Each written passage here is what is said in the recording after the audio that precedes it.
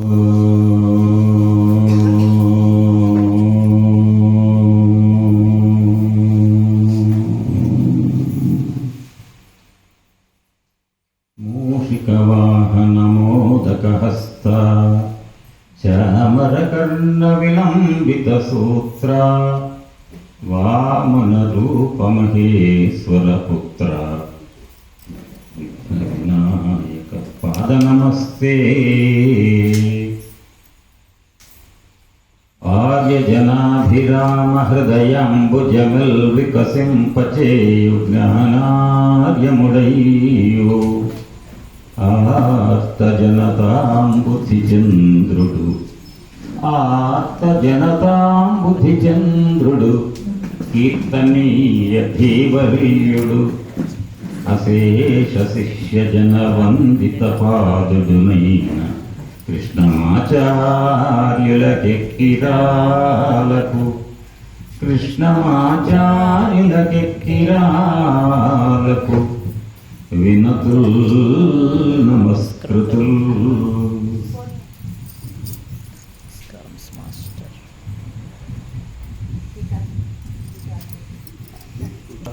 ఎక్కిరాల కులవారిధి పూర్ణ శశాంక ఎక్కిరాల కులవారిధి పూర్ణ శశాంక జ్ఞాన విభ్రాజిత భవ్య విగ్రహ అపార కృపా భరితాంతరంగ సంపూజిత పాదనీరజ విమోహతమోంతక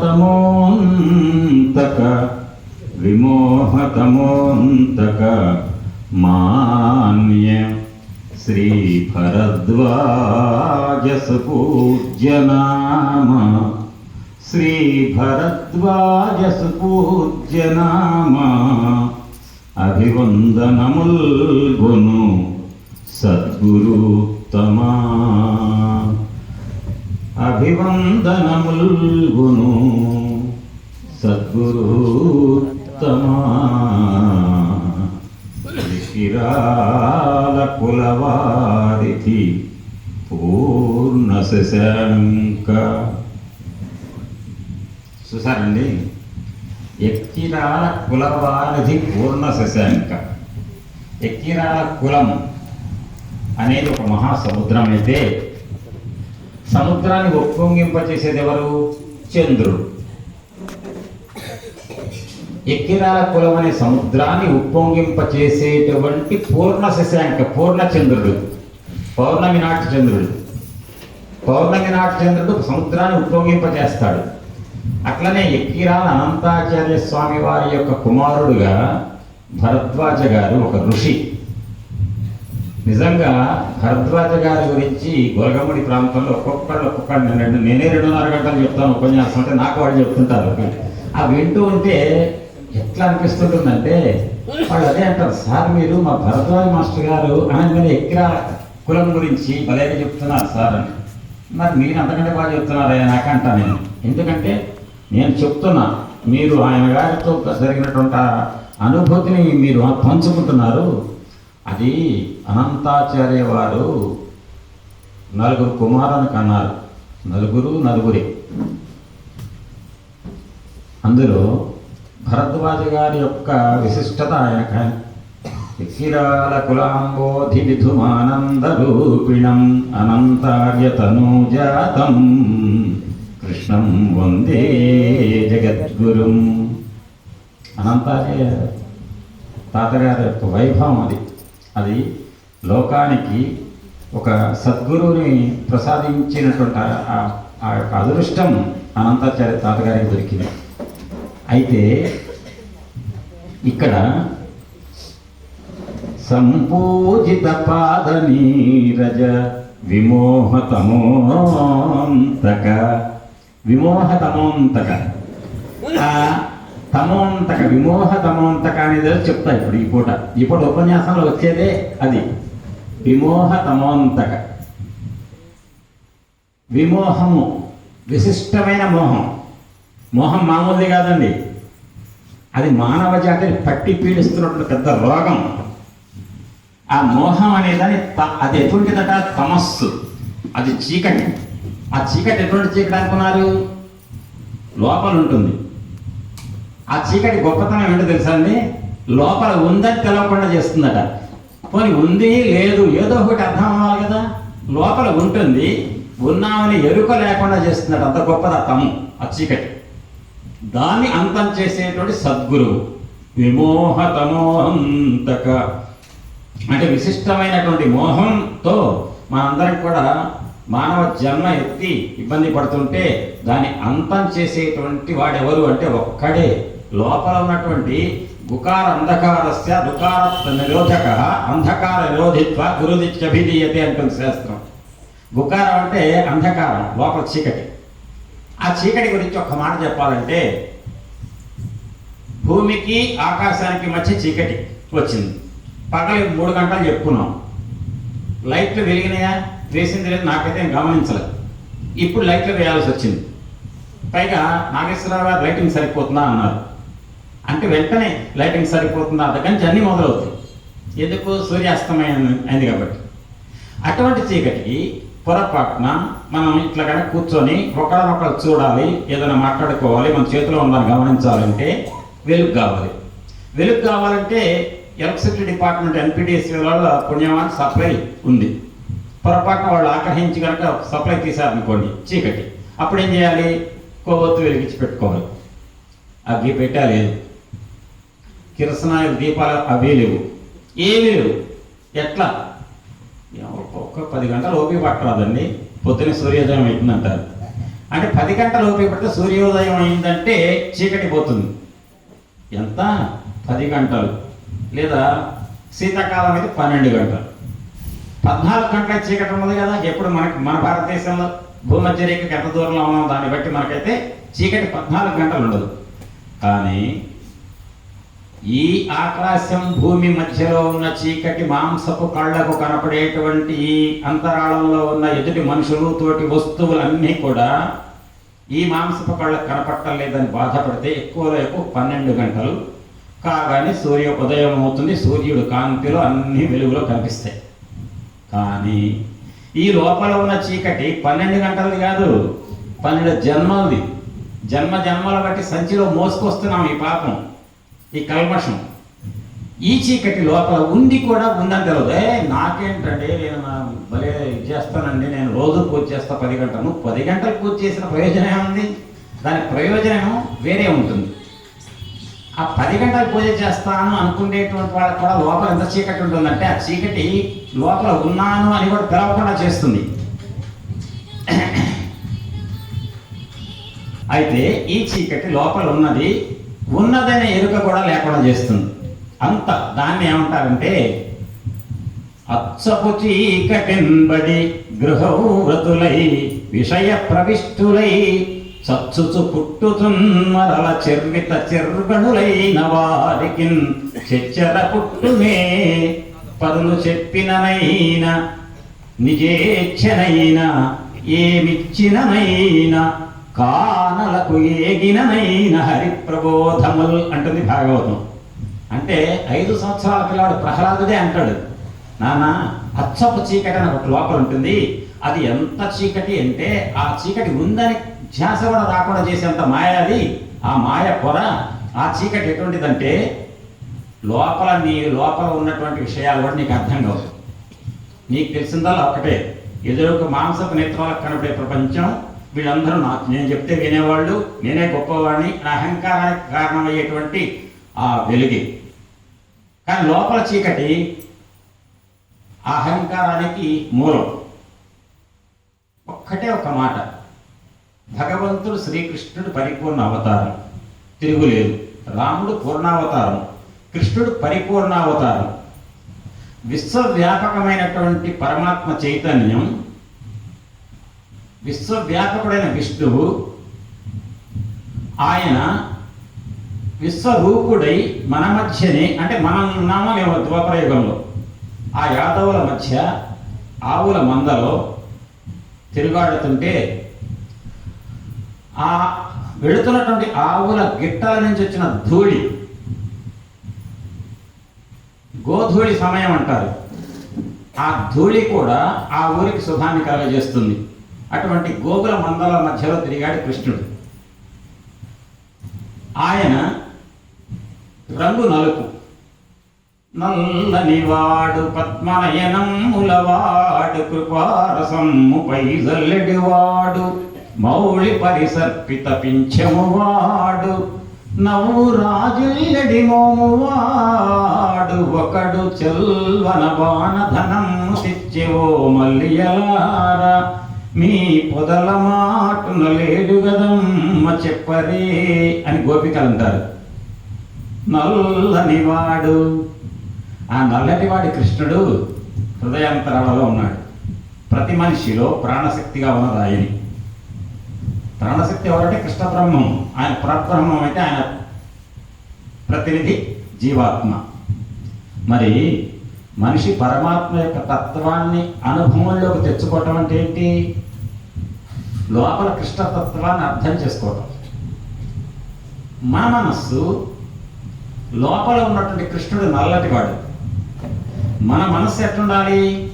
మన తెల్లటి బోర్డు మీద తెల్లటి చాక్ పీస్తో గీస్తే అక్షరం కనపడదు. నల్లటి బోర్డు మీద తెల్లటి చాక్ పీస్తో శుద్ధ మొక్కతో గీస్తే కనపడుతుంది. ఇక్కడ లోపల ఉన్నవాడు నల్లటివాడు కృష్ణుడు. మన హృదయం కూడా నల్లగానే ఉంది, అచ్చపు చీకటితో. అచ్చపు చీకటి, అహంకారం, మమకారం అన్నీ ఉన్నాయి. అది చీకటి, మన హృదయ పలకం చీకటి. కృష్ణుడు నల్లటివాడే. మన నల్లటి బోర్డు మీద బొగ్గు ముక్కతో గీస్తే గీత కనపడుతుందా? కనపడదు. మరి మన హృదయం నల్లగా ఉంది, లోపల కృష్ణుడు నల్లగా ఉన్నాడు. మన హృదయంలో గిరకులోకి వస్తాడా? రాడు. అప్పుడు కృష్ణుడు నల్లటి వాడికి అవున మీరు కోటింగ్ వేయగలుగుతారా? పరమాత్మను మనం ఏం మార్చగలుగుతామండి? పరమాత్మ శాశ్వతుడు. ఆయన శాశ్వతుడు ఎక్కడే అంటున్నారు కదా, భగవంతుని శాశ్వత శాంతి సౌఖ్యాలకు నిలయం అన్నారు కదా. ఆయన అన్నింటిలోనూ శాశ్వతమైన శాంతే కాదు, శాశ్వతుడు, నిత్యుడు, సత్యుడు. ఆయన సత్యం. రామం సత్య పరాక్రమం అంటుంది రామాయణం. అహం వేద్మి మహాత్మానం రామం సత్య పరాక్రమం. ఎప్పుడు? రామచంద్రమూర్తికి 12 ఏళ్ల వయసు. విశ్వామిత్రుడు వచ్చాడు దశరథ మహారాజు దగ్గరికి. విశ్వామిత్రుడు ఏ పని మీద ఉన్నాడు? మా అబ్బాయిలకు 12 ఏళ్ళు వచ్చినాయి, మరి వీళ్ళకి పెళ్లి చేయాలి అని మంత్రాంగం నడుపుతున్నాడు. విశ్వామిత్రుడు వచ్చాడు. వచ్చి నేను వచ్చాను చెప్పు అన్నాడు.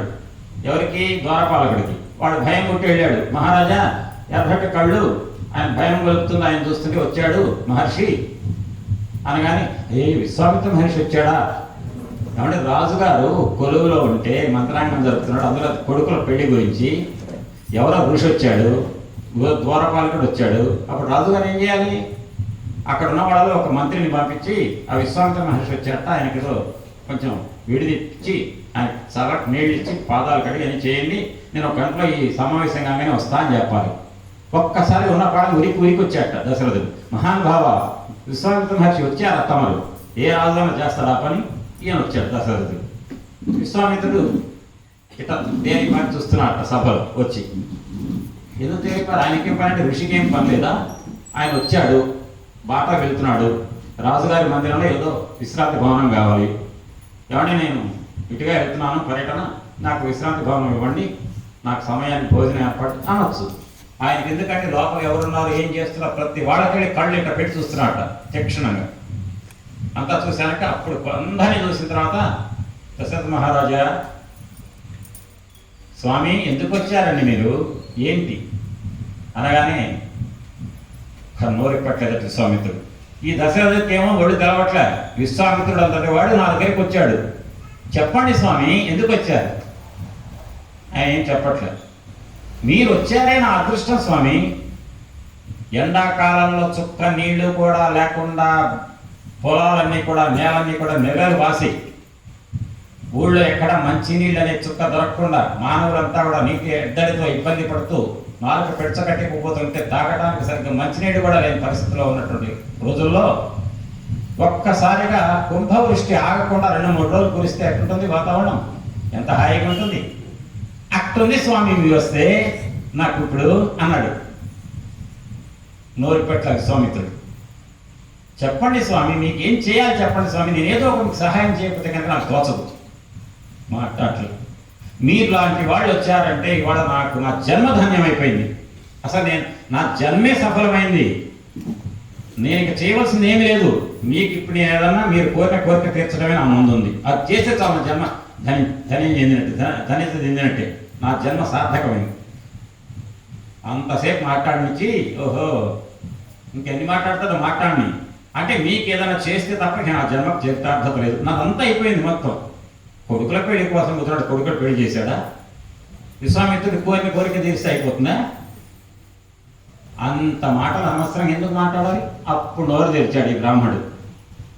అయ్యా దశరాత్రం యజ్ఞస్య రామో రాజీవలోచన.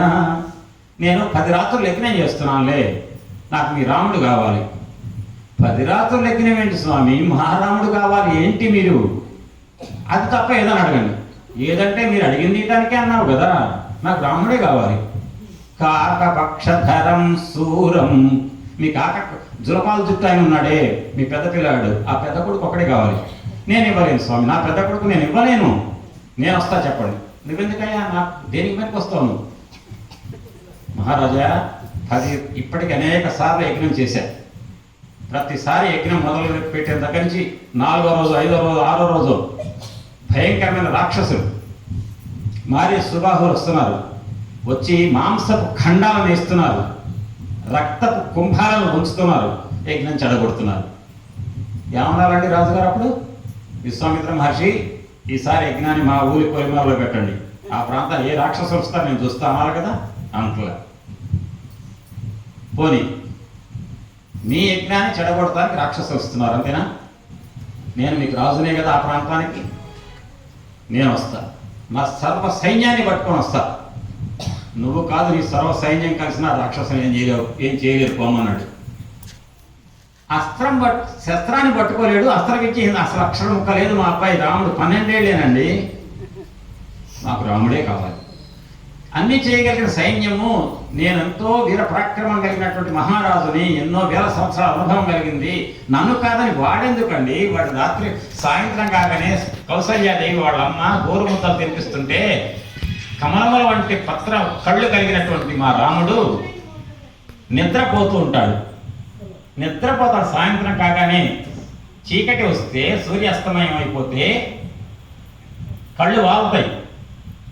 రాక్షసులు ఎప్పుడు తిరిగేవాళ్ళు? రాత్రిపూట. ఈయన యజ్ఞం ఎప్పుడు చేస్తున్నాడు? రాత్రిపూట. అంటే రాక్షసులు తిరిగే రాత్రిపూట యజ్ఞం చేయాలా, మీరు పగలు కూడా పెట్టుకోకూడదా అని అంటలేరు. నేను వస్తా నువ్వు ఎందుకయ్యా నాకు?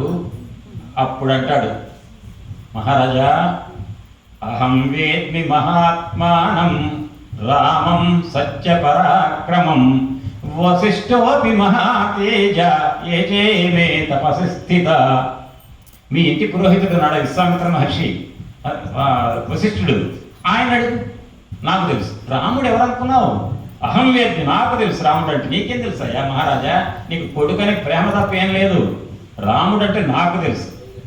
మీ ఇంటి పురోహితుడు తెలుసు వశిష్ఠ మహర్షి, ఆయన చెప్తాడు అనగానే, మహారాజా విశ్వామిత్ర మహర్షి చెప్పేది నిజమే. అహం వేద్మి మహాత్మానం రామం సత్య పరాక్రమం. సత్య పరాక్రముడు ఎవరంటే నిజమైన పరాక్రమం రాముడిదే. ఆయన పూర్ణ బ్రహ్మం, కృష్ణుడు పరిపూర్ణ బ్రహ్మం. ఈయన సత్య పరాక్రముడు, పరాక్రమం ఆయనదే. ఆయన వల్ల మనకు వచ్చింది. నేను పద్యం చెప్పినా, మాట చెప్పినా, మీరు విన్నా, ఎన్ని సంపాదించినా, ఏం చేసినా ఆయన అనుగ్రహంతో సంపాదించేవాళ్ళమే తప్ప అంతా ఆయనది. సత్యం ఎవరిది, నిత్యం ఎవరిది, అసలు ఎవరిది? ఆయన. అటువంటి కృష్ణుడు, ఆ నిత్యుడు, సత్యుడు, ఆయన్ని మనం ఏమీ మార్చలేము. ఆయన రంగుని కూడా మనం మార్చలేము. కాబట్టి లోపల కృష్ణుడు నల్లగా ఉన్నాడు, మన హృదయం కూడా లోపల అంతకన్నా నల్లగా ఉంది. కృష్ణుడు మనకు కనపడాలి. కృష్ణుడు రంగు మార్చలేము. ఏం మార్చాల్సిందేంటి? అంతే కదండి. 5 4 20. 5 × 4 = 20. 5ని 10 చేశారు, 20 అట్టే ఉండాలి. 4 దాకా ఏముండాలి? 2 రావాలి. 5 4 20, 10 చేస్తే 10 2 20. ఆ 20 అనేది స్టాండర్డే, ఫిక్స్డ్, వేరీ కాదు. ఇవి వేరియబుల్స్, వీటిలోనే మార్చాలి ఏదో ఒకటి. 20 రావాలంటే, అంతే కదా. A into B is equal to C. C fixed, A B variables, మారితే అడనే మారుతాయి. ఇప్పుడు మన దగ్గర ఉంది ఏదంటే నల్లటి కృష్ణుడు మనకి దర్శనం ఇవ్వడానికి అడ్డంగా వచ్చేది ఏది? మన అంతఃకరణంలో ఉన్న అచ్చపు చీకటి. దాన్ని మనం మార్చుకోవాలి. దాన్ని మార్చుకోవాలంటే హోమియోపతి మందు పనిచేయదు, ఆయుర్వేదం మందు పనిచేయదు, అల్లోపతిలో భారతదేశం కాదు అమెరికా డాక్టర్ కూడా ఏమి చేయలేడు. చేయగలిగేటువంటి డాక్టర్ ఒక్కడే.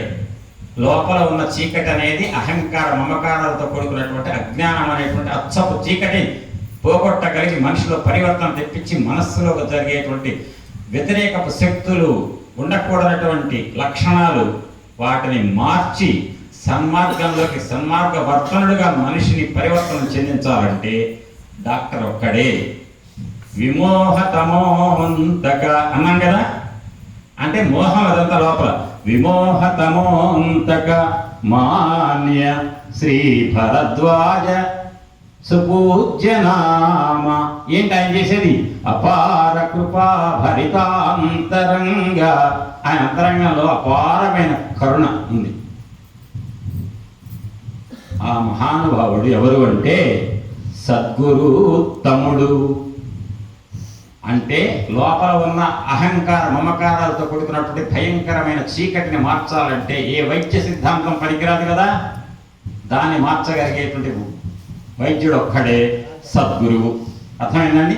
ఈ ప్రాంగణంలో ఏ సాయినాథ్ సద్గురువుని ఎవరినైతే అందరూ పూజిస్తున్నారో, ఏ భరద్వాజ్ మాస్టర్ గారి ద్వారా అయితే సత్సంగంలోకి సాయినాథుడి యొక్క మార్గంలోకి వచ్చారో, ఆ సద్గురువు మాత్రమే లోపల ఉన్న చీకటిని పోగొట్టగలుగుతాడు. లోపల చీకటి కాస్త నల్లటిది పోయి తెల్లగా అయింది. కృష్ణుడు నల్లగా కనపడతాడు కదా. కాబట్టి మార్చగలిగేది ఒకటే మన చేతిలో ఉన్నది. మన చేతిలో కదా, గురువు చేతిలో పెడితేనే మారుస్తాడు. అప్పుడు గురువు మీద మనకు ఉండవలసింది ఏది అంటే అపారమైన విశ్వాసం. విశ్వాసం అనగానే సార్ నాకు బాగా విశ్వాసం ఉందండి, నేను ఆయన దగ్గరికి బాగా 20 రోజులు దాటిందండి నిలబట్టి, ఇంకొక 10 రోజులు చూస్తా ఆయన సంగతి, నెల ఇస్తా టైం, మారుస్తాడో లేదో నన్ను. ఎట్టుంటుందంటే నీ సంగతి 20 రోజులు కాదు 200 రోజులు కూడా మారవని తెలిసి ఆయన తిప్పుతాడు నిన్ను. నువ్వు మారేవాడు అయితే 10 రోజుల్లోనే మారుస్తాడు. ఆ మారేవాడు మారదగినటువంటి లక్షణం అన్నాడు ఆ టన్ను. ఎట్టుందంటే 20 అడుగులు తవ్వితే నీళ్లు పడతాయి బావి అని చెప్పాడు సిద్ధాంతి. పెద్ద ఎకరం పొలం, 1 అడుగు తవ్వాడు, పడలే. ఇంకో అడుగు తవ్వించాడు ఒక చోట, ఇంకో చోట ఇంకో అడుగు తవ్వించాడు, ఇంకో చోట ఇంకో అడుగు తవ్వించాడు. సార్ 20 అడుగులు తవ్వానండి, అక్కడ నీళ్లు పడలేదు అంటారు. అరే 20 అడుగులు తవ్వితే నీళ్లు పడకపోవటం ఉండదే, ఖచ్చితంగా పడతాయి అంటే, నేను తవ్వించా సార్ పడలేదు, చూద్దాంపా అన్నాడు. అరే 1 అడుగు గుంటలు 20 తవ్వించా ఎందుకురా, నేను 20 అడుగులు తవ్వించమన్నాను రా అంటే, లేదు సార్ అడుగు తవ్వగానే పడలేదు కదా, మీది 20గా లెక్క చెప్పిందని 20 చోట్ల 20 అడుగులు తవ్వించాను ఒక్కొక్క అడుగు అన్నాడు. అంటే అడుగు గానే నీకు రావాలి, నీళ్లు పడాలి. ఒక చోట 20 అడుగులు తవ్వించమంది అంటే గురువు గారి దగ్గర రాగానే నీకు అప్పుడే మార్చాలి. నీకోసం కూర్చున్నాడు గురువు పని పాట లేకుండా. అంటే అర్థం ఏంటి? విశ్వాసం తక్కువ, నీకు నమ్మకం లేదు. నమ్మకంతో పాటు ఇంకోటి కూడా ఉంది. ఓపిక ఎక్కడ ఉంది నీకు? 1 అడుగు తవ్వగానే నీళ్లు పడాలి, పడలేదు, ఇంకొక అడుగు తవ్వుతున్నావు. అట్లనే గురువు దగ్గరికి వచ్చినప్పుడు కూడా నేను గురువు దగ్గరికి 2 నెలలు దాటింది సార్, నేను ఎన్నిసార్లు గురు చరిత్ర చదివా అనుకున్నారు, నువ్వు ఎన్నిసార్లు చదివా లెక్క పెట్టుకుంటున్నావు అంటే అయిపోయినట్టే, మళ్ళీ 1కి వచ్చినట్టే, మీటర్ 0 చేస్తాడు గురువు గారు. ఎన్నిసార్లు చదివాము లెక్కలు వేసుకుంటే గురువు గారు కోరుగా ఎప్పటివరకు చదవాలంటే నువ్వు చదవటం చేతనైనంతకాలం చదవాలంటాడు. లెక్కలు వేసుకోవద్దు. నేను గురు చరిత్ర చదువుతున్నా. సత్సంగాలు ఎన్ని చేస్తే మాకెందుకండి, ఇవాళ వరకు చేస్తూనే ఉన్నా, రేపు చేస్తా, అంతే. ఇవాళ చేశారు, ఇప్పటి వరకు చేశారు, ఎన్నంటే ఎన్నో చేశారు, ఎన్ని చేసిన లెక్క పెట్టుకోవట్లేదు అనే స్వభావాన్ని మనకి అంటగట్టేవారు ఎవరంటే సద్గురు. అటువంటి లోపల ఉన్నటువంటి అంతఃకరణంలో ఉన్న చీకటిని పోగొట్టగలిగే సద్గురు గుకార అంధకారశ్చ రుకారత్వ నిరోధక. అంధకారాన్ని తొలగించడానికి కావలసిన జ్ఞాన ప్రకాశం చేయడానికి, ఆ చీకటిని తొలగించగే మహాశక్తివంతుడైనటువంటి వైద్యుడు ఎవరంటే ఆధ్యాత్మిక సద్గురువు. అటువంటి సద్గురువు సన్నిధిలో ఇప్పుడు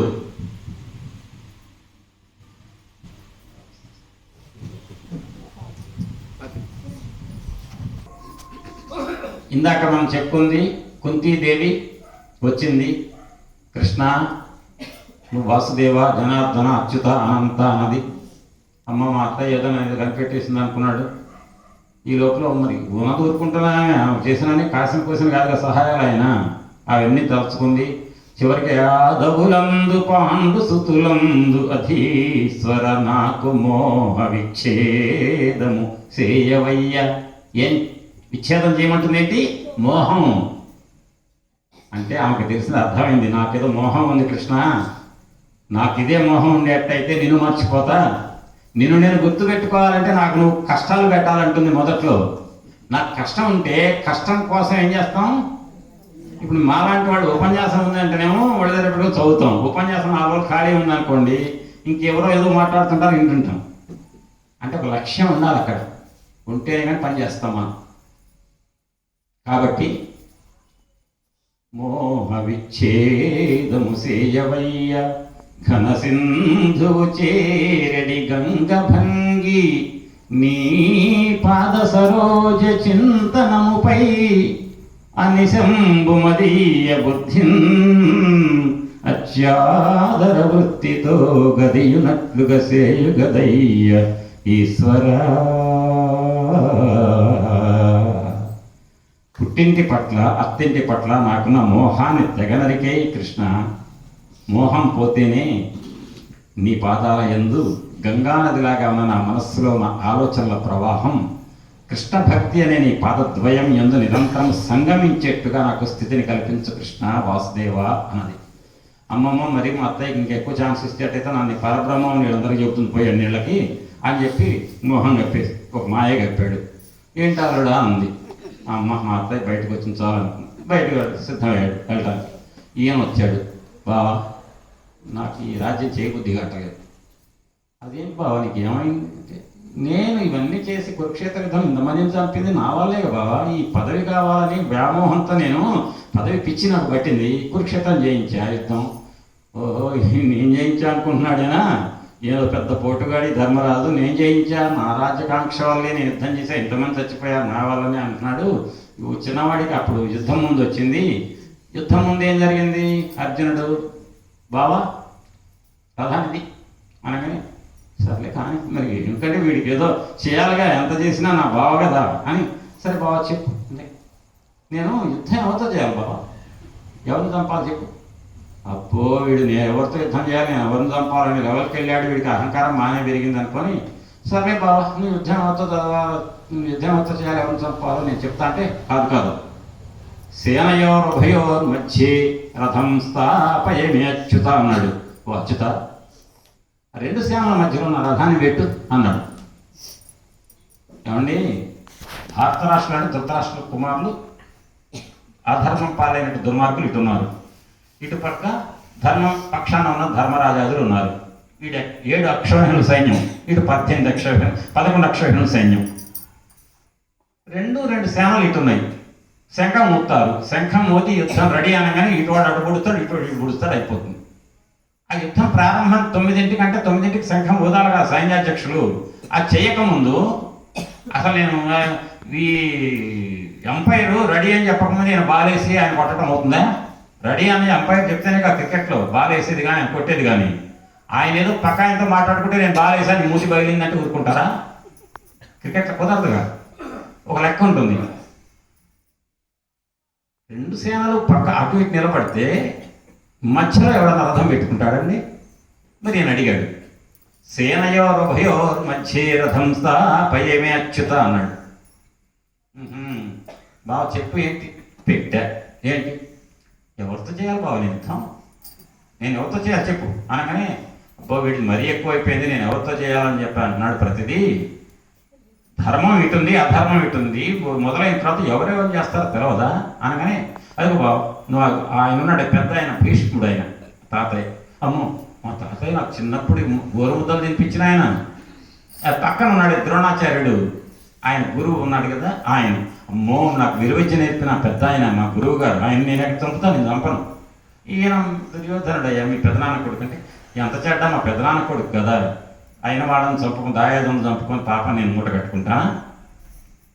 వామ్మో అని గాంధీవం సంసతే హస్తాత్వక్చైవ పరిదహ్యతే న శక్యోమవస్థాతుం భ్రమతీవ చ మే మనః. లేదు బావా, నాకెందుకో వణుకు వస్తుంది. మా గురువుని చంపితే పాపంగా బావా. మా తాత ఎంత చేసినా మా కులానికి, మా కౌరవ వంశానికి మూల పురుషుడు భీష్ముడు. నేను చూస్తున్నంత మాకు తెలిసి చాలా పెద్దవాడు, మహాపరాక్రమవంతుడు.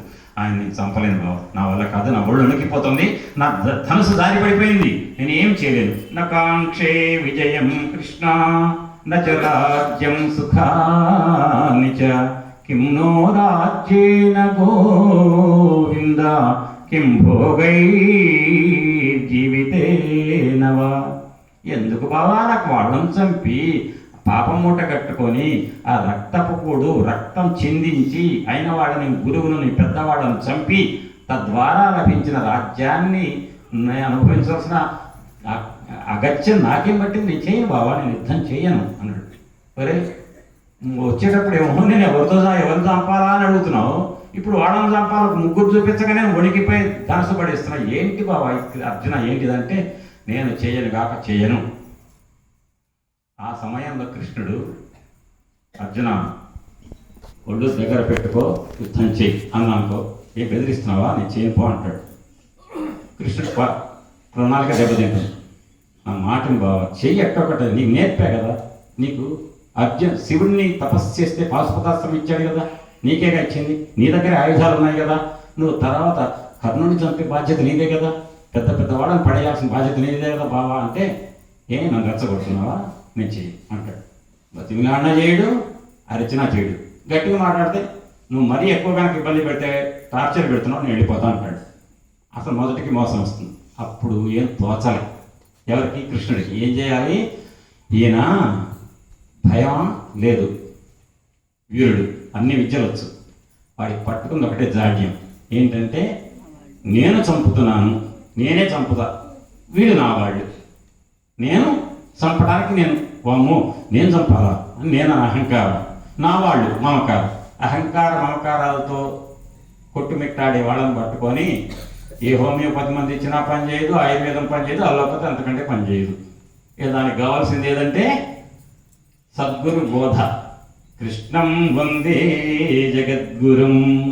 జగద్గురు అయిన కృష్ణుడు యుద్ధరంగంలో రెండు సేన మధ్యలో కృష్ణ పరమాత్మ అర్జునుడికి 700 శ్లోకాలతో గుదిగుర్చబడేటువంటి ఒక గొప్ప సారాన్ని అర్జునుడికి ఉపదేశించాడు కృష్ణుడు. అప్పుడు ఏదో గణం గట్టెక్కి అయిపోయింది, అర్జునుడు ఒప్పుకున్నాడు. మధ్యలో చాలా చెప్పాడు. క్లైబ్యం ఆత్మగమః పార్థానైతత్వైపపద్యతే క్షుద్రం హృదయ దౌర్బల్యం త్యక్తః ఉత్తిష్ట పంతపా. ఇతరులను తప్పింపజేసే శక్తివంతుడు అర్జున, నువ్వు మామూలుడే. ఎందుకయ్యా నువ్వు భయపడతావు పిరికివాళ్ళలాగా? నీ పిరికితా వదిలిపెట్టుకో. హృదయ దౌర్బల్యంతో నువ్వు బాధపడుతున్నావు, నువ్వు కాదు చంపేది. వాళ్ళు చస్తున్నారంటే అధర్మానికి పాల్పడ్డారు, నువ్వు చంపుతున్నావు అంటే నీకు నేను ధర్మం పట్ల ఉన్నావు అనే విషయాన్ని ఎరుకలోకి తెచ్చి నేను చంపమంటున్నా. నువ్వెవరివి? ఆనాడు ద్రౌపది యొక్క జడ పట్టుకొని సభలోకి ఈడ్చుకొచ్చిన నాడే వాడు చావు మూడింది. ఇవాళ నువ్వు నిమిత్త మాత్రుడుగా ఉండి బాణం వేయమంటే వేస్తున్నావు, అంతవరకు బోధించాడు. మధ్యలో బోరుడని చెప్పాడు. చిట్ట చివరికి అడిగాడు మొత్తం అర్జున అని అంటే, బావా అనకుండా కృష్ణ అంటాడు. కానీ అడగవలసిన ప్రశ్న అడిగాడు. అడిగి ఖచ్చితేత శ్రుతం పార్థ త్వైకాగ్రేణ చేతస ఖచ్చిత జ్ఞాన సమోహ ప్రణష్టస్తే ధనంజయ. ధనంజయ అన్నాడు. కృష్ణుడు కాస్త గెలుతాడు.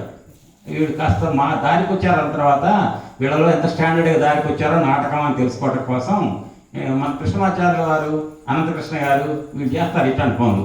ఏం చేస్తారంటే అంతా చెప్పి, ఏమో అచ్యుతరామారావు వాళ్ళ ఉపన్యాసం నువ్వేనే బాగా చెప్పాలంటే, అవును మాస్టర్ గారు నేనే మొత్తం నేను నా ఒట్టి చెప్తా ఇవాళ ఉపన్యాసం గురించి కూర్చొని నడుపుతా అంటానేమో అని.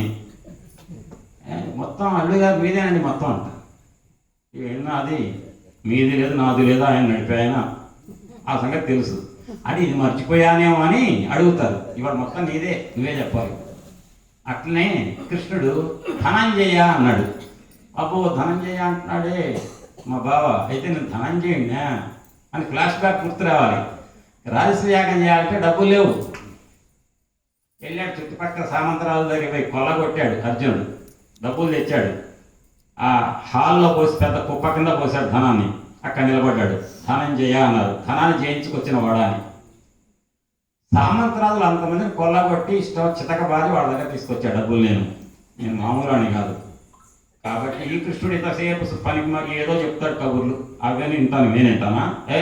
నేను ధనంజయుడిని కాబట్టి అవసరమైతే నేను రాజ్యం ఏదో రకం సంపాదించుకుంటా, నేను యుద్ధం మాత్రం చేయను అంటాడు అని అంటాడేమో అని ధనంజయ అన్నాడు. ఖచ్చితే తశ్రుతం పార్థాత్వైకాగ్రేణ చేతస ఖచ్చిత జ్ఞాన సమోహ ప్రణష్టస్తే ధనంజయ.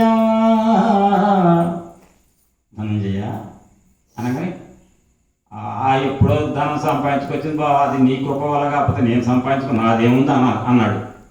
అని బావా నష్టో మోహ ముందేమన్నాడు, బావా నేను చేయనుద్దాం, నకాంక్షే విజయం కృష్ణ చేయను, వాడు నా తాత. ఇప్పుడేమన్నాడు, బావాలేదు గీవలేదు. నష్టో మోహ నా మోహం పోయింది, మొత్తం నా వాళ్ళని మోహం ఎగిరిపోయింది. స్మృతి లబ్ధ నాకు స్మృతి వచ్చింది బాబా కృష్ణ, నేను ఎవరిని నిమిత్త మాత్రుని. ఆఫ్టర్ ఆల్ యుద్ధం చేసినా ఏం చేసినా నీ కృప వల్లే నేను గెలవాలి. నష్టో మోహ స్మృతి లబ్ధ త్వత్ప్రసాదాన్మయాచ్యుత. అచ్యుత నీ యొక్క కృప వల్ల, నీ అనుగ్రహం వల్ల నాకు స్మృతి కలిగింది, మోహాలు తొలగిపోయినాయి, నేనేంటో నాకు అర్థమైంది. ఆత్మను నేను, ఈ శరీరం నేను కాదు. నా శరీరం నేను కాదన్నప్పుడు ఆ శరీరంతో సంబంధించిన వాళ్ళేగా వీళ్ళు. వాళ్ళల్లో నేను పుట్టకముందు వీళ్ళు నాకెవరు, నేనేనెవరో నాకు తెలియదు, నాకు తాత అని తెలియదు, అసలు నేనుగా. ఈ శరీరం వచ్చిన తర్వాత నేను అర్జునుడిని, నా జ్ఞానం ఎరిగాక మా తాత భీష్ముడు, నాకు విద్య నేర్పిన తర్వాత ఈయన గురువు ద్రోణుడు. నేను మా అమ్మ గర్భం నుంచి బయటకు వచ్చిన రోజు నాకేం విద్య నేర్పలేదు ఆయన, అప్పుడు నాకు గురువు కాదే. గురువు శిష్యుడు, తాత మనవుడు సంబంధాలు శరీరానికి సంబంధించింది. పుట్టంగానే వచ్చింది, పోయేనాడు పోతుంది. కానీ పుట్టినప్పుడు పోయినప్పుడు మధ్యలో ఎల్లప్పుడూ శాశ్వతంగా ఉండేది ఎవరంటే ఆత్మ. నేను ఆత్మను, నువ్వు పరమాత్మవు, నువ్వు చెప్పినట్టు నేను వినాలి. నష్టో మోహ మోహము స్మృతి లబ్ధ, ఎందుకు నా గొప్ప కాదు, త్వత్ప్రసాదాన్మయాచ్యుత నీ ప్రసాదం వల్ల, నీ అనుగ్రహం వల్ల. స్థితోస్మి గత సందేహ కరిష్యే వచనం తవ. ఇప్పుడు నేను చేయవలసిన పని ఏంటంటే నువ్వు చెప్పింది చేయటం. చెప్పు కృష్ణ, వాసుదేవ, అనంత అన్నాడు. అమ్మ వీడికి 720 శ్లోకాలు భగవద్గీత చెప్తే కానీ వీడు దారికి వచ్చాడు, ఇప్పుడు యుద్ధం చేస్తా అన్నాడుగా, విజయ్ నాయన అని చెప్పి వాడిని దింపాడు. 18 రోజుల యుద్ధంలో చేయవలసిన పని అంతా చేశాడు కృష్ణుడు. అది అయిపోయింది. మళ్ళీ వీడికి తీసుకొచ్చి నేను ఎక్కడ చెప్పాను, వీడిని నేను రాజ్యం చేయను మళ్ళీ అంటే వీడికి కొత్త భగవద్గీత బోధించాలి. మళ్ళీ భగవద్గీత కృష్ణుడు చెప్పింది ఇక్కడ చెప్పాను అనుకో, బాగా రిపీట్ అయ్యేటప్పుడు కృష్ణుడు కూడా కొంచెం మరి నేను రిపీట్ చేశాను ఉపన్యాసం అనుకోవాలి కదా. అప్పుడు ఏం చేశారంటే, ఓహో మా బావకు కూడా ఒకటి పట్టింది, ఏంటంటే అహంకారం మమకారాలు. నేను యుద్ధం చేశాను, నా వాళ్ళని చంపా, వీడికి వైద్యం చేయించాలి. నేను మనకి కాదు, నేను అర్జునుడు, నేను మనకి వచ్చా సరిపోయింది. మరి ఈయనకి ప్రధానికి నేను చెప్పానుకో, ఈ కృష్ణుడికి ఇంకొక అవకాశం వీడు, ఈయన ఉపన్యాసాలు చెప్తుంటాడు, ఎప్పుడైనా లోకం అనుకుంటుంది. మరి కృష్ణుడిని నమ్ముకొని బాగుపడ్డవాడు ఎవడో ఉండాలి కాబట్టి నమ్ముకున్న భక్తుడు, ఆ భక్తుడికి గొప్పతనం అండగట్టాలనుకున్నాడు. కానీ ఒక చిన్న వరం ఇచ్చాడు కృష్ణుడికి. కృష్ణ వాసుదేవ, భగవంతుడు కృష్ణుడు పరిపూర్ణ అవతారం అని గ్రహించిన మహానుభావుడు భీష్ముడు. నేను కురుక్షేత్ర యుద్ధం రంగంలో పడిపోయి అంతసేమితున్నాను కదా, స్వచ్ఛంద ప్రాణోత్క్రమణ వరం ఉంది కదా, ఎప్పుడంటే అప్పుడు ప్రాణాన్ని ఉత్క్రమణం చేసి శరీరాన్ని వదిలేసేటువంటి ఒక వరం తండ్రి వాళ్ళు వచ్చింది కదా. నాకు ఆ సమయంలో ప్రాణం వదిలిపెట్టే సమయం ఉత్తరాయణ పుణ్యకాలంలో చేస్తాను కదా, అప్పుడు నాకు కాస్త ఎదురుగానే రావడం కృష్ణ నువ్వు అన్నాడు. ఎందుకంటే ఈ ప్రపంచం ఎంత ఇదంటే, ఎంత ఉత్కృష్టమైందంటే ప్రతి క్షణం కూడా బయట వైపే చూసేట్టుగా చేస్తుంది, అంతర్ముఖం కానివ్వదు. ఇది ప్రపంచం యొక్క గొప్పతనం. అది ధ్యానంలో కూర్చున్నామంటే కూర్చొనివ్వదు, ఏదో గుర్తొస్తుంది. ధ్యానంలో కూర్చున్నావు కదా అంటే నాకు ధ్యానంలో ఉన్నప్పుడే గుర్తొచ్చింది, మా అమ్మాయికి అది పంపించాలి కదా అమెరికా అని అంటాడు. మరి ధ్యానంలో గుర్తు రావటమేంటరా? ధ్యానం అంటే ఏంటంటే నాకు నిలవట్లేదు ధ్యానం అంటాడు. ఎందుకు నిలవదు? నిలవని ఇది సృష్టి, ఈ ప్రకృతి నిలవనీదు. దాన్ని ఇంద్రియాలు బహిర్ముఖం కావడం అంటారు. ఇంద్రియాలు బహిర్ముఖం. ఈ కళ్ళు టీవీయే చూడాలనిపిస్తుంది, అంతేకాని సాయినాథులకు దివ్యమంగళ విగ్రహం చూడాలనే దాని పట్ల ధ్యాస ఎక్కువ రానివ్వదు, కానీ బలవంతంగా తెచ్చిపెట్టుకోవాలి. ఇక్కడ ఈ చెవులు రాజకీయాల్లోనూ క్రికెట్ స్కోర్ల గురించే దృష్టి పెడుతుంది, లేదా పక్కింటి వాళ్ళ మీద కబుర్లు చెప్పుకోవాలి దాని మీద వస్తుంది.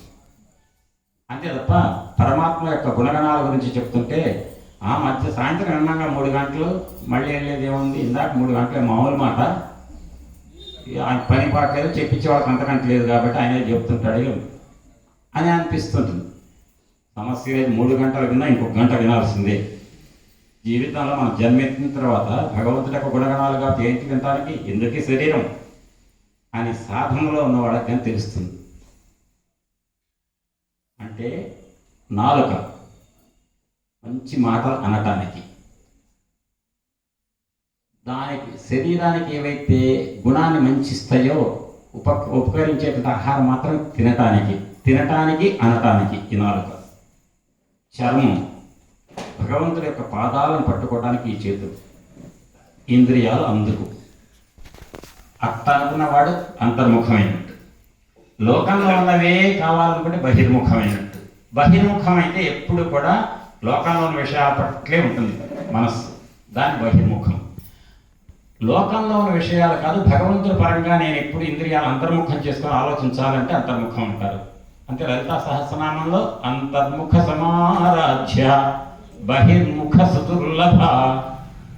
ఏమండి, అంతర్ముఖ సమారాధ్య అయితే దొరుకుతుంది, బహిర్ముఖ దుర్లభ అంటేనే దొరకదని. సుదుర్లభ ఇంకా బాగా దొరకదు, గట్టిగా దొరకదు, చాలా బాగా దొరకదట. దుర్లభ అంటే అర్థం ఏంటంటే లభించడం అంటే లభించడం, దొరకటం. దుర్లభ అంటే దొరకదు. సుదుర్లభ అని పెట్టారు వేసవ వారు. అంతర్ముఖమైతేనే భగవతత్వం అనుభవంలోకి వస్తుంది, అమ్మవారి తత్వం. అటువంటి ఇంద్రియాలు బహిర్ముఖం అవటం, దానివల్ల పుట్టినవాడు పోవక తప్పదు, పోయినవాడు మళ్ళీ పుట్టక తప్పదు. కానీ అంతర్ముఖమై పరమాత్మ పరంగా కనుక ఇంద్రియాలు ఉపయోగిస్తే ఆత్మ పరమాత్మలో కలిసి మోక్షం పొందేదానికి మార్గం సుగమం అవుతుంది. అదే అమ్మవారి యొక్క అనుగ్రహం, అదే సద్గురువు యొక్క అనుగ్రహం. ఈ రకంగా ధర్మరాజుకు కలిగినటువంటి శంక తీర్చాలంటే నేను అర్జునుడికి తీర్చా కదా, నన్ను నమ్ముకొని ప్రాణం పోయే సమయంలో నువ్వు ఎదురుగా నిలబడి కృష్ణ అని అడిగితే సరే, అదేవిధంగా భీష్మ తాత అన్నానే. ఎందుకంటే ప్రాణోత్క్రమణ సమయంలోనే మా అబ్బాయికి అది ఇచ్చా కానీ రెండో వాడికి అక్కడ ఏదో కొనిపెడతా రిజిస్ట్రేషన్ చేద్దాం అనుకున్నా నాకు అని ఆలోచించుకుంటూ పోయాడు అనుకోండి, ఆ 2 ఎకరాల కోసం వస్తుంది మళ్ళీ ఒక జనం. అర్జునుడు ఏమనుకున్నట్ట, కృష్ణుడు ఉన్నంత కాలం నేను కురుక్షేత్ర యుద్ధాన్ని గెలిచా ఒంటి చేత్తో. కృష్ణుడు శరీరం వదిలిపెట్టాడు. కృష్ణుడు భార్యలందరినీ మేనాలో ఎక్కించుకొని రక్షిత ప్రదేశానికి తీసుకెళ్తున్నాడు. బోయేవాళ్ళు వచ్చి అటకాయించారు. ఏమండి, కురుక్షేత్రంలో 100 మందిని 1000 మందిని, ఉత్తర గోగ్రహణంలో కొన్ని 1000 మంది వచ్చారు సైన్యం. 6 మహారథులు వచ్చారు, కర్ణుడు, ద్రోణుడు, దుర్యోధనుడు, అశ్వత్థామ, భీష్ముడు, కృపాచార్యుడు. 6 మహారథులు. 6 మహారథులు వస్తే ఒక్కడండి అర్జునుడు, ఎవ్వరు లేడు. ఈ నడిపి ఆయన ఎవరు? ఉత్తర కుమారుడు. 6 మహారథులు 1000 సైన్యం వస్తే వస్తున్నారని కూడా తెలియదు, కానీ వాళ్ళందరి సమ్మోహనాస్త్రంతో పడేశాడు అర్జునుడు. అంతమంది మహారథులను పడేశాడా? ఇక్కడ 4 బోయేవాళ్ళు వచ్చి కొడితే దెబ్బలు తిని వచ్చి నాకు దెబ్బలు కొట్టారు బోయేవాళ్ళు, నేను ఎదురు కొట్టలేకపోయా. ఎందుకంటే కృష్ణుడు లేడు కాదు, పక్కన కృష్ణుడు లేకపోతే ఏముంది? ఇంటికి వచ్చి చెప్పాడు, నేను ఎంతో పెద్ద బ్రహ్మాండం కురుక్షేత్ర యుద్ధం చేశా, ఉత్తర గోగ్రహణం ఎంతోమంది కొట్టా, తర్వాత ఘోషయాత్రలు ఎన్నో గంధర్వులను ఓడగొట్టా, ఇన్ని చేశా. కానీ ఎందుకు చివరిలో నాకు బోయేవాడితో దెబ్బ తినాల్సి వచ్చింది, బోయేవాడితో ఇదే సాయి మాట. ఎవరితో దెబ్బ తిన్నాడు? బోయేవాడితో దెబ్బ తిన్నా, ఇదే ఇది ప్రాణం పోయే సమయంలో నేను పోయేవాడితో దెబ్బతిన్నా, నా గతి ఏంటి, నా బతుకేంటి అని అనుకున్నాడు. చివరి పోయేవాడిగా పుట్టాడు. ఎవరు పోయేవాడు? భక్త కన్నప్ప. అర్జునుడు భక్త కన్నప్పగా పుట్టాడు కదా. ఎందుకని భక్త కన్నప్పగా పుట్టాడు? నేను పోయేవాళ్ళతో దెబ్బతిన్నా, నేను గొప్ప వీరాధివీరుణ్ణి, కానీ చివరిలో మాత్రం బోయేవాళ్ళు దెబ్బ కొట్టారు, నన్ను బోయేవాళ్ళ చేతిలో అనవసరంగా అవమానం పాలయ్యా బోయేవాడు, అది అనుకుని బోయేవాడిగా పుట్టాడు. అంటే ప్రాణం పోయే సమయంలో ఏదైతే ఆలాపన వస్తుందో ఆ సంబంధించి జన్మ ఎత్తాడు. ఈ ధర్మరాజుకి ఈ శంక తీర్చడం అనేది కృష్ణుడి యొక్క ముందున్న సమస్య. అవతల ఆయన ఏమన్నాడు భీష్ముడు, నాకు ప్రాణోత్క్రమణ చేసే సమయంలో నా ఎదురుగా నువ్వు ఉండు కృష్ణ, ఈ లోకం మామూలుది కాదు, చాలా చెడ్డది. ఆ సమయంలో నేను ఎప్పుడో ఎవరో నేను దెబ్బ కొట్టింది గుర్తొచ్చినాక మడి పుడతా, నిన్నే చూశానుకో. నిన్ను చూస్తే ఎవరు చూసినట్టు? పరమాత్మ. పరమాత్మ చూస్తే పరమాత్మలో ఐక్యం కావటమే. అర్థం కాలేదండి. అంతేగా పరమాత్మను చూసుకుంటూ కనుక ప్రాణం వదిలిపెడితే పరమాత్మలో లీనం కావటమే, అంటే మోక్షం. కాబట్టి ఆ స్థితి నాకు కల్పించు కృష్ణ అంటే తథాస్తు అన్నట్ట. మరి నా శిష్యుడు నన్ను నమ్ముకున్న ఆయన ఎవరు? నన్ను నమ్ముకున్న ఆయన ఎవరు? భీష్ముడు. ఆయన అక్కడ అపసయం మీద ఉన్నాడు. ఆయన ప్రాణం వదిలిపెట్టే రోజు వచ్చేసింది, ఆయనకి ఇవ్వాలి. మరి ఇదే పనిలో వీడు ఇక్కడ పట్టుకొని బావా నేను రాజ్యం చేయని అంటున్నాడు. కాబట్టి ఇద్దరికి కలిపి ఒకేసారి రెండు పనులు అయిపోవాలి. అంటే భీష్ముడికి వరం ఇచ్చినట్టు అవుతుంది, దర్శనం ఇచ్చినట్టు. ఆ భీష్ముడికి దగ్గర తీసుకుపోతే ధర్మరాజు డౌట్లు తీరుస్తాడు. మీరు ఇక్కడే అడగచ్చు ఒక మాట, సార్ భీష్ముడి దగ్గర తీసుకుపోయి తీర్చకపోతే కృష్ణుడు తీర్చలేడా అని. కృష్ణుడు తీర్చలేక కాదు, కృష్ణుడు ఏం చేయలేడు, అన్నీ చేయగలుగుతాడు. కానీ భీష్ముడి దగ్గరికి పోవాలి ముందు. ఇవాళ ఆయన ప్రాణం వదిలిపెట్టే రోజు. అక్కడ తీసుకోకపోతే భీష్ముడి దగ్గర చెప్పి ఆయనతో చెప్పించాడు అనుకోండి కొన్ని మాటలు. కృష్ణుడు తనను నమ్ముకున్న భీష్ముడితోటి ఇంత గొప్ప మాటలు లోకానికి చెప్పించాడని గొప్ప ఆయన తప్పుతుందిగా భక్తుడికి. అంటే భక్తుడి యొక్క గొప్పతనాన్ని కూడా చాటాలి అని అక్కడికి తీసుకెళ్ళాడు. కుంతి పాండవులు ఒక రథం, వ్యాసుడు కృష్ణుడు ఇంకో రథం యుద్ధరంగానికి వెళ్ళారు. ఆ సమయంలోట ప్రచారం అయిపోయిందట. ధర్మరాజుకు ధర్మాల మీద అనుమానాలు వచ్చినాయట. ధర్మరాజు ఎవరండి? ధర్మానికి ప్రతిరూపం. ఆయనకి ధర్మం మీద డౌట్స్ వస్తాయా? వచ్చినాయట. ఋషులు, భరద్వాజుడు, అత్రి, అంగిరసుడు, మహానుభావులంతా లోకంలో తెలిసిపోయి ఆ కురుక్షేత్ర యుద్ధం మీద వచ్చారట. ఏంటంటే ఇవాళ ధర్మరాజుకు డౌట్లు అన్నీ అడుగుతాడట. ఆ ధర్మరాజు డౌట్లని భీష్ముడు తీరుస్తాడట. అసలు ధర్మరాజుకు డౌట్లు రావడం ఏంటి? ఆ డౌట్లను భీష్ముడు తీర్చడానికి భీష్ముడికి అరే పడిపోయి 40 రోజులు అయింది, మంచు గడ్డగట్టే చలిలో శరీరం పడిపోయి అపసయం మీద ఉన్నాడు, ఆయన ఎట్ట మాట్లాడతాడు, ఈయన డౌట్ ఎట్ట తీరుస్తాడు, ఆయనకి ఎక్కడ తీరుస్తుంది అసలు దాన్ని అని అందరి డౌట్లు వచ్చి అక్కడికి వచ్చారట. పైన ఆకాశ మండలంలో చూస్తున్నారట. ఇక్కడ అపసయం మీద ఉన్నాడు భీష్ముడు. కృష్ణుడు తీసుకెళ్ళాడు. తాత బాగున్నాడు వాసుదేవా అని ప్రణామం చేశాడు. నోటెమ్మటి మాట రావట్లే. ఎక్కడుందండి 40 రోజులు ఆహారం ఎక్కడ, నీళ్ళు ఎక్కడ ఉన్నాయి? చూడగానే ఒక్కసారిగా కుంతీదేవిని చూసేసరికల్లా భీష్ముడికి కంటి వెంట నీళ్ళు జలజలాలన్నాయట. 25 ఏళ్ల వయస్సులో భర్తను కోల్పోయి 5 పిల్లలతో అనాథగా ఎంతో బాధలకు లోనవుతుంటే బావగారు ధృతరాష్ట్రుడు గుడ్డివాడు, ధృతరాష్ట్రుడు భార్య ఆయన పుట్టుగుడ్డివాడు ధృతరాష్ట్రుడు. కుంతీదేవి పెట్టుగుడ్డిది, ఆమె పెట్టుకుంది. ఒక గుడ్డివాడిని చేసుకున్నప్పుడు గాంధారి ఏం చేయాలండి? గాంధారి తన భర్త ధృతరాష్ట్రుడికి తన కళ్ళతో చూసిన ప్రపంచాన్ని తన భర్తకి చెప్పాలి. గాంధారి నా భర్త కళ్ళుగా, నేను కూడా కళ్ళు లేకుండా చేసుకుంటే మంచిది అంటే పతివ్రత అంటే అది ఆమె అనుకుంది. అంటే నా భర్త గుడ్డోడు కాబట్టి నేను కూడా గుడ్డిలాగా కావాలి, అంతే తప్ప నా భర్త కళ్ళు లేనివాడిని నేను చేసుకున్నా నా కళ్ళతో వచ్చిన చూపుని నా భర్తకు తెలియజేసి నా భర్తకి ఈ లోకాన్ని చూపిద్దాం అనుకోలేమే గాంధారి. ఆమె కూడా పెట్టుకుంది. ఆయన పుట్టుగుడ్డివాడు, ఈమె పెట్టుగుడ్డిది. ఈ ఇద్దరు గుడ్డివాళ్ళు కాబట్టి వాళ్ళకి పుట్టిన పిల్లలు కూడా గుడ్డివాళ్లే. దుర్యోధనుడు వీళ్ళంతా గుడ్డివాళ్లేగా. గుడ్డివాళ్ళైతే మరి ద్రౌపదిని ఎట్లా లాక్కొచ్చాడు దుశ్శాసనుడు? అంటే మంచిని చూడలేని గుడ్డివాళ్ళు, సత్యాన్ని చూడలేని గుడ్డివాళ్ళు. ప్రపంచాన్ని చూడవచ్చు, సత్యాన్ని చూడలేకపోయారు. అటువంటి ధృతరాష్ట్రుడు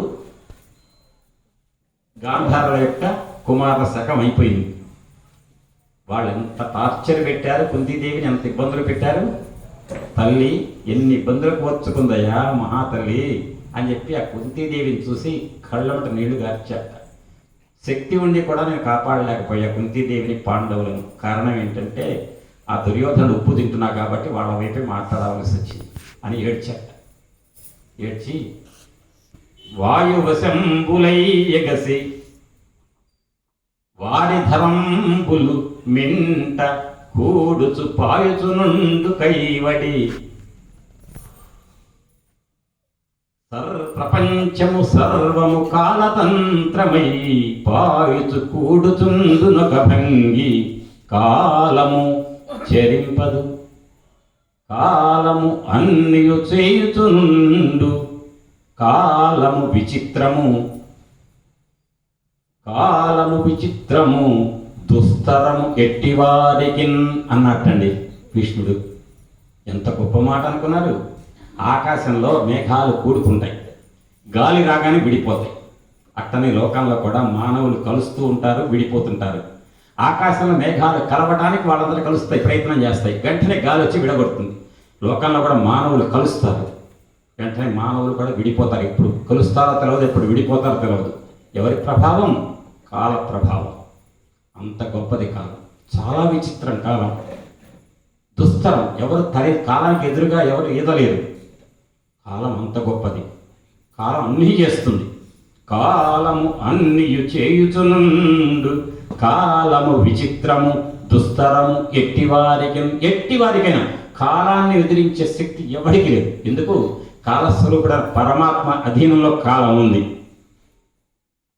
మహానులారా, భీష్మ పితామహుడు అంటున్నాడు, కుంతీదేవి ఎవరు, ధర్మరాజు ఎవరు? ఎవరైనా కాలానికి లోబడాల్సింది. అంత గొప్పది కాలం అని చెప్పాడండి. చెప్పి మాట అంటాడు. అసలు ఈ కృష్ణుడు ఏం చెప్పరా, తాత ఇగో ధర్మరాజు వచ్చాడు, ఆయనకి కొంచెం డౌట్స్ వచ్చినాయి అనలే. ఇంకా ఇవి అనకముందు ఆయనే అంటున్నాడు, పెద్ద ఆయన భీష్ముడు. చెప్పి, ధర్మరాజా, మీ అమ్మ చిన్న వయసులో భర్తను కోల్పోతే మీ 5 పిల్లల్ని పెంచి ఎన్ని ఇబ్బందులు పాలైందయ్యా మిమ్మల్ని పెంచడానికి. మీ పెదనాన్న కుమారులు చేసే అగత్యాలు కాసిన వాటి ఎదుర్కొంటూ ఎన్ని కష్టాలు పడిందో తల్లి పాపం. అయినా ధర్మరాజా, ఈ లోకంలో ఇబ్బందులు రావాలంటే ఎవరికి వస్తాయి? డబ్బులు అవన్నీ సంపద లేకపోతే, ఏ అంగబలం అర్ధబలం లేకపోతే వాళ్ళకి ఆపదలు వస్తాయి. అంగబలం అర్ధబలం అంటే డబ్బులు బాగా ఉండాలి, అవి లేవనుకోండి ఆపదలు రావడానికి అవకాశం ఉంది. అంగబలం అంటే మనం పిలవగానే 10 మంది వచ్చే వాళ్ళు అనుకోండి, ఇబ్బంది లేదు. వాడు పిలిస్తే మనం అక్కడ కూడా పోకూడదని ఎవరో దుర్మార్గుడి గురించి అనుకున్నారు అనుకోండి, సంఘం మొత్తం వెలివేసింది అనుకోండి, వాడికి ఆపదలు రావడం సహజం కదా. అంటే అర్ధబలం అంగబలం ఉంటే రాదు. అంటే డబ్బులు 10 మంది అంగబలం ఉంటే చాలండి. దైవబలం ఉండాలి, దైవబలం ఉండాలి. అంటే అంగబలం అర్ధబలం ఎంతనో దైవబలం అంతే. 2 ఉంటేనే మనిషికి ఆపదలు రాకుండా ఉంటాయి. మహానుభావులు కృష్ణ పరమాత్మ అనుగ్రహంతో మీ జీవితాలు గడిచేది.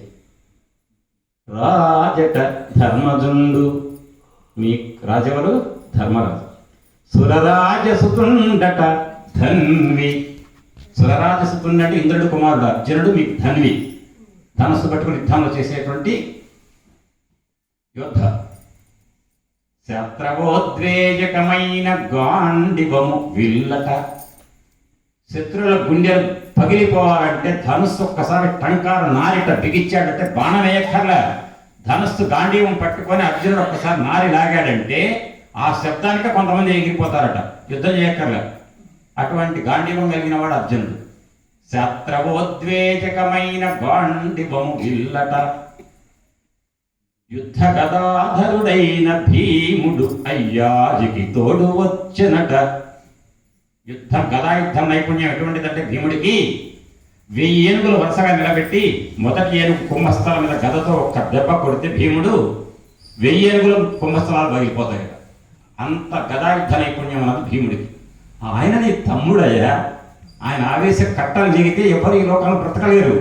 కానీ గదతో ఒకసారి వెయ్యాలి ఎదుటివాడంటే, అన్నయ్య వేయనా అంటే అన్నయ్య అంటే వేస్తాడు. ఆ అన్నయ్య ఎప్పుడు అంటాడు, అంటాడు వద్దు. అంత శక్తి ఉన్నా కూడా భీముడు మళ్ళీ మాట ఏంటాడు ధర్మరాజా. అటువంటి తమ్ముడు యుద్ధరంగంలో నీకున్నాడు. ఆపదగల్గుటిదేమి చిత్రమో, నీకు ఆపద రావటం ఏంటి మహానుభావ అన్నాడు. చెప్పండి ఏమేంటి? రాజట ధర్మజుండు, ధర్మరాజు. సురరాజసుతుండట ధన్వి. శత్రవోద్వేజకమైన గాండివము విల్లట, యుద్ధ గదాధరుడైన భీముడు అయ్యాజికి తోడు వచ్చునట. ఏమేంటి ఇవన్నీ? ఇప్పుడు నేను చెప్పిన 4 ఏంటి? ఇవన్నీ కూడా వాళ్ళ శక్తి సంబంధం. కానీ ఇంకొకటి కావాలి, అన్ని శక్తి సంబంధం, మంది బలం ఉంది, ఇది కావాలి, భగవద్ అనుగ్రహం లేదుగా. మరి ఎక్కడ చెప్పలేదు కదండి. సారథి సర్వభద్ర సంయోజకుడైన చక్రియట. మీకు రథసారథి ఎవరయ్యా? సకల మండలాలు చేకూర్చగలిగే చక్రాయుధుడైన కృష్ణుడు మీ రథానికి సారథి. అది మధ్యలో పెట్టాడు. ఒక్కసారి పద్యం వినండి. రాజట ధర్మజుండు సురరాజసుతుండట ధన్వి, శత్రవోద్వేజకమైన గాండివం విల్లట, సారథి సర్వభద్ర సంయోజకుడైన చక్రియట, యుద్ధ గదాధురుడైన భీముడయ్యాజికి తోడు వచ్చునట. ఆ పదగల్గుటిదేమి చిత్రమో. ఎవరండి మీకు సారథి? కృష్ణుడు. ఎవరికి సారథి? ఒక అర్జునుడికిగా. మరి అంటే రథసారథి ఆయన. ఇక్కడ రథం ఉందండి. ఎవరు ఎక్కడన్నా? మనందరం రథాలేనండి. రథం అంటే ఏంటంటే గమన లక్షణం కలిగిన వాళ్ళు రథం అంటారు. అంటే నడక కలిగినవి రథాలు. నడక అనే లక్షణం మనందరికీ. కొద్దిసేపు ఒక పావు గంట 20 నిమిషాల తర్వాత మనందరం రథాలమే వెళ్తాం కదా. అంటే కదలిక కలిగిన లక్షణం కలిగిన వాళ్ళని రథాలు అంటారు. మనందరం రథాలవి. మరి మన రథాన్ని నడిపే సారథి ఎవరు? కృష్ణుడే. అంటే పాండవులకు కాదు, పాండవులకి స్వచ్ఛందంగా వచ్చి కృష్ణుడికి రథం నడుపుతున్నాడు. అందరి హృదయాలలో నడుపుతున్నటువంటి సారథి ఎవరైతే ఉన్నాడో ఆయన మీకు ప్రత్యేకంగా సారథయ్య. అంటే భగవత్ అనుగ్రహం ఏదో పరిపూర్ణంగా ఉంది. భగవత్ అనుగ్రహం ఉంది, అర్థబలం అంగబలం ఉన్నాయి. మీకు ఏం లేవు? అన్నీ ఉన్నాయి. మరి అన్నీ ఉన్నా నీకు ఎంత ఆపద వచ్చింది? అదే చిత్రం. అది కాలమహిమ అన్నాడండి భీష్ముడు. అర్థమైందా? కాలం అంత గొప్పది. మీకు అన్ని బలాలు ఉన్నంత మాత్రం మీకు ఆపద రాదనుకోవద్దు. ఆ కాల మహిమ వల్ల మీరు ఇబ్బందులు పడ్డారన్నట్ట. ఇదంతా చెప్పాను. కళ్ళు బట్టి నీళ్ళు తిరిగిన వీళ్ళకి. అప్పుడు కృష్ణుడు అన్నట్ట, తాత ధర్మరాజుకు కొంచెం అనుమానాలు వచ్చినాయి ధర్మం మీద, ఆయన రాజ్యం చేయనంటున్నాడంటే, ఏం సుయోధ, ఏం ధర్మరాజా అన్నాడు. యుధిష్ఠిర అంటే, నేను నా వల్ల యుద్ధం జరిగింది తాత, నా రాజ్యకాంక్ష యుద్ధం చేసి ఇంతమంది చావు కారణమయ్యా, కాబట్టి నేను రాజపదవి చేయనన్నట్ట. సరే నీ డౌట్ ఏదో అడగమన్నట్ట. అడిగాట. ఏమని? కిమేకం దైవతం లోకే కిం వాప్యేకం పరాయణం స్తువంతః కం కమర్చంతః ప్రాప్నుర్మానవా శుభం. ఎవరు వాచ ఇది?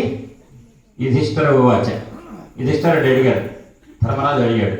అడిగిన తర్వాత నీ డౌట్ ఓకే. జగత్ప్రభుం దేవదేవం. ఎవరు చెప్పారు? ఇది భీష్మ వాచ. జగత్ప్రభుం దేవదేవం అనంతం పురుషోత్తమం చెప్పాడు. మొత్తం డౌట్లు, విశ్వసహస్రనామం మొత్తం చెప్పాడు. చెప్పటానికి ముందు ఒకటి వెంటనే చెప్పలే. కృష్ణుడు చెప్పగానే, కృష్ణ వాసుదేవ నువ్వు ఉండగా నేను చెప్పాలి ధర్మాల గురించి, నువ్వు చెప్తే ధర్మరాజు ఎండా అంటే, కాదు తాత నువ్వు చెప్తేనే బాగుంటుంది అనుకుంటున్నా. అసలు నాకేమన్నా వచ్చా కృష్ణ చెప్పటం? నేను ఎన్నాళ్ళైందా ఆహారం లేక నీళ్ళు లేక పడిపోయానా? శరీరం చిక్కిందా? శరీరం అయిపోయిందా? చూపు పోయిందా? నోటంటే మాట రావట్లేదు కదా. జ్ఞాపకం ఉన్నాయా? అర్జునుడు కొట్టిన దెబ్బలు మామూలా? నేనేం చెప్తా? నాకు కంటి గుర్తు వస్తాయి. నాకు ఎన్ని ధర్మాలు తెలుసు, కొన్ని తెలుసు. నువ్వు సముద్రుడివి. సముద్రంలో నీళ్ళ చుక్కలు ఎన్ని ఉన్నాయో నీ నిండా అన్ని ధర్మ సూక్ష్మాలు ఉన్నాయి. అంటే అప్పుడు అన్నట్ట, నేను సముద్రం లాంటి వాడినే. ఈ సముద్రంలో ప్రయాణం చేసే ప్రయాణీకుడికి కనుక మంచి దప్పిక అయితే కనుక సముద్రంలో నీళ్లు తీసుకొని తాగితే వాడికి వాంతి అవుతుంది, నాకు దప్పిక తీరదు. నేను సముద్రమే. కానీ అదే సముద్రంలో ఉన్న నీళ్ళని మేఘాన్ని తీసుకొని కనుక వర్షిస్తే తీయకుంటే తాగుతాడు. నువ్వు మేఘం అయ్యా భీష్మ, తాత నువ్వు తీసుకో నా నుంచి అంటే, ఎక్కడి నుంచి తీసుకొనయ్యా? నా శల్యమైంది శరీరం, జ్ఞాపకశక్తి లేదు. నీకు జ్ఞాపకశక్తి ఇస్తున్నా అన్నట్ట, నీకు చూపిస్తున్నా అన్నట్ట, నీకు మాట్లాడే శక్తి ఇస్తున్నా అన్నట్ట. అన్నీ ఇచ్చాడు. ఒక్క మాట అన్నట్ట, నువ్వు ఒక్కసారి మనసులో సంకల్పించినంత మాత్రాన ఈ లోకాలలో ఉన్న ధర్మరాశి మొత్తం నీ ముందు సాక్షాత్కరిస్తుంది. వాడు ధర్మరాజు ఏదన్నాడని నీకు మొత్తం దేవత ఆన్సర్ వచ్చేస్తుంది, చెప్పగలుగుతావు. అంత శక్తి నీకు ఇస్తున్నా అని ఇచ్చాట. మొత్తం చెప్పాడు, అర్థం అయిపోయింది. ధర్మరాజు అన్నాడు, తాత రాజ్యం నేను చేస్తా, నేను కాదు యుద్ధం చేసింది, వాసుదేవుడు సర్వం, ఆయన నేను నిమిత్త మాత్రం. ఆయన చెప్పి ధర్మపక్షాన్ని నిలబడ్డాడు, ధర్మం గెలిచేట్టు చేశాడు. నేను రాజ్యం చేయడానికి రెడీ అన్నట్టు. అంటే వచ్చిన పని అయిపోయింది కదా, ఒక పని అయిపోయింది కృష్ణుడు. ఏంటి? ధర్మరాజు డౌట్లు క్లియర్ చేయించాడు. ఇక నెక్స్ట్ ఎవరికి సహాయం చేయాలి? కృష్ణుడు. భీష్ముడికి దర్శనం ఇవ్వాలి. కృష్ణ, సమయం అయిపోయిందయ్యా, నేను ఇక శరీరం వదిలిపెట్టే సమయం వచ్చేసింది, ఇక నేను మొత్తం ఏ మాటలు మాట్లాడను. మాట్లాడితే ఈ లోకం గురించి మాట్లాడాలి, మరి లోకం గుర్తొచ్చే టైంలో ప్రాణం పోయి ఇబ్బంది లేకపోయింది. అందుకని ఆలాపంబులు మాని ఆలాపాలు కట్టిపెట్టాడు. చిత్తము మనీషాయత్తము చేసి దృగ్జాలంబున్ హరిమోముపై వరపి తత్కారుణ్య దృష్టిన్ వినిర్మూలీభూత శరవ్యథా నిచయుడై మోదించి భీష్ముండు సంశీలం గొప్పనుతించే కల్మష గజశ్రేణి హరిన్ శ్రీహరిన్ అన్నారు. ఒక్కసారిగా ఆలాపం కట్టి పెట్టాడు. బుద్ధి చిత్తం ఒకటే చేశాడు. ప్రపంచ సంబంధాలు తెగదెంపులు చేసుకున్నాడు. మనస్సు బుద్ధి ఏకమైన తర్వాత ఇంకా ఆలోచనలు ఏమున్నాయి? ప్రపంచంతో మనస్సులోనే కోరికలు కలుగుతాయి. అవి తిందామా, ఇవి తాగుదామా అని. బుద్ధి ఏమో తాగొచ్చా తాగకూడదా అని. ఈ రెండు ఒకటే తర్వాత ఇక కోరికలు ఎక్కడ ఉన్నాయి? కట్టి పెట్టాడు. ఒక్కటే చూపు కృష్ణుడినే పెట్టాడు. కృష్ణుడు కారుణ్య దృక్కులు ఆయన మీద ప్రసరింపజేశాడు. ఆయన ఎప్పుడు చూస్తాడు మనకెళ్ళి? సాయి ఎప్పుడు మనం చూస్తాడు? మనం ఆయన చూస్తే. మనం బజార్లో తిరుగుతుంటే ఆ బజార్లో పోతున్నారు, కాస్త రాండి మీకు ఏదో ఒకటి హెల్ప్ చేయాలనుకుంటున్నట్టు సాయి అందు. ఆయన ఎవరైతే సేవిస్తారో ఆయనే, ఆయన వాళ్ళ మీదనే పెడతారు దృష్టి. ఈయన కృష్ణుడిని చూస్తున్నాడు, కృష్ణుడు ఈయన చూశారు. ఆ చల్లటి చుక్కలకి భీష్ముడు ఒంటిపై ఉన్నటువంటి ఆ బాణపు దెబ్బలు నెప్పులన్నీ మాయమైపోయినాయట. హాయిగా ప్రశాంత చిత్తంతో కృష్ణుడిని స్తుతిస్తూ ప్రాణం వదిలిపెట్టాడు.